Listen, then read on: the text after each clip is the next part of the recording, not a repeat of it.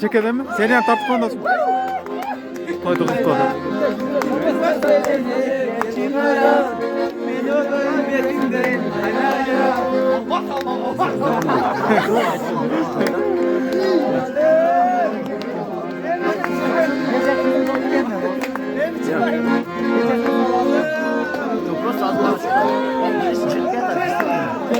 Bunlar da yardım edecek.